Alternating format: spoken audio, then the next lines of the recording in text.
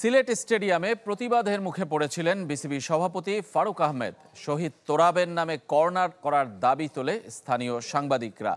এদিকে পরিচালক নাজমুল আবেদিন ফাহিমের সাথে বাজে ব্যবহারের বিষয়টি স্বীকার করে নিয়েছেন সভাপতি।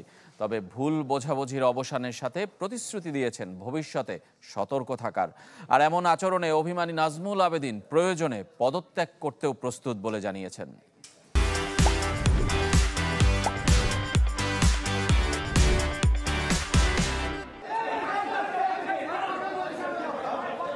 সিলেট স্টেডিয়ামের সামনে আটকে গেল বিসিবি সভাপতি ফারুক আহমেদের গাড়ি।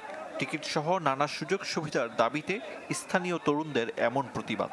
অভিযোগ আছে জুলাই বিপ্লবে প্রাণ হারানো সিলেটের শহীদ সাংবাদিক তোরাবের নামে গ্যালারির নামকরণ না হওয়াও আরেকটি কারণ। মাঠের বাইরে বোর্ডের নানা জায়গায় আলোচিত এক চরিত্র এখন ক্রিকেট বোর্ডের সভাপতি। একা হাতে এগিয়ে নিয়ে চলেছেন বোর্ডের কার্যক্রম। সে কারণে সমালোচিতও হচ্ছেন।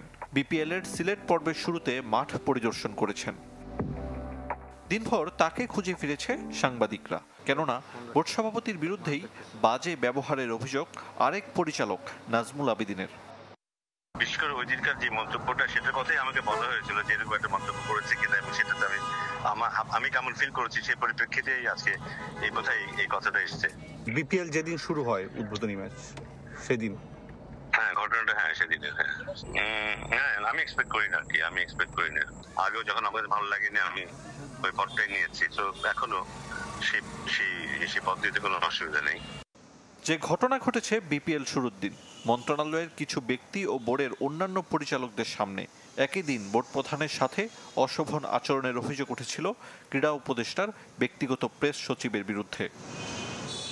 পুরো ঘটনাকে অনাকাঙ্ক্ষিত বললেও ভুল বোঝাবুঝির কথা স্বীকার করে নিয়েছেন ফারুক আহমেদ।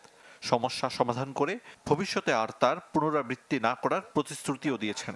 আজকে আমি আলাপ করেছি, আপনি যার কথা বলছেন তার সাথে আমার মনে জিনিসটা সলভ হয়ে যাবে। ছোটখাটো একটু ডিসস্যাটিসফ্যাকশন থাকবে, বাট এটা আমরা যতটুকু পারি কোনো মেজর ইস্যু না হলে আমরা ঠিক করে ফেলতে পারবো। দ্বন্দ্ব তো নাই বোর্ডে, 4.5 মাসে কিছুই হয়নি। এটা দ্বন্দ্ব কিন্তু একটা যে আমি বলে একটা উইদিন দ্য অর্গানাইজেশন একটা প্রবলেম হয়। মাঠের চেয়ে মাঠের বাইরের ক্রিকেটে বাংলাদেশ সবসময় এগিয়ে। তার সবশেষ উদাহরণ ফারুক আহমেদ ও নাজমুল আবেদিন। আরিফুল ইসলাম, চ্যানেল 24।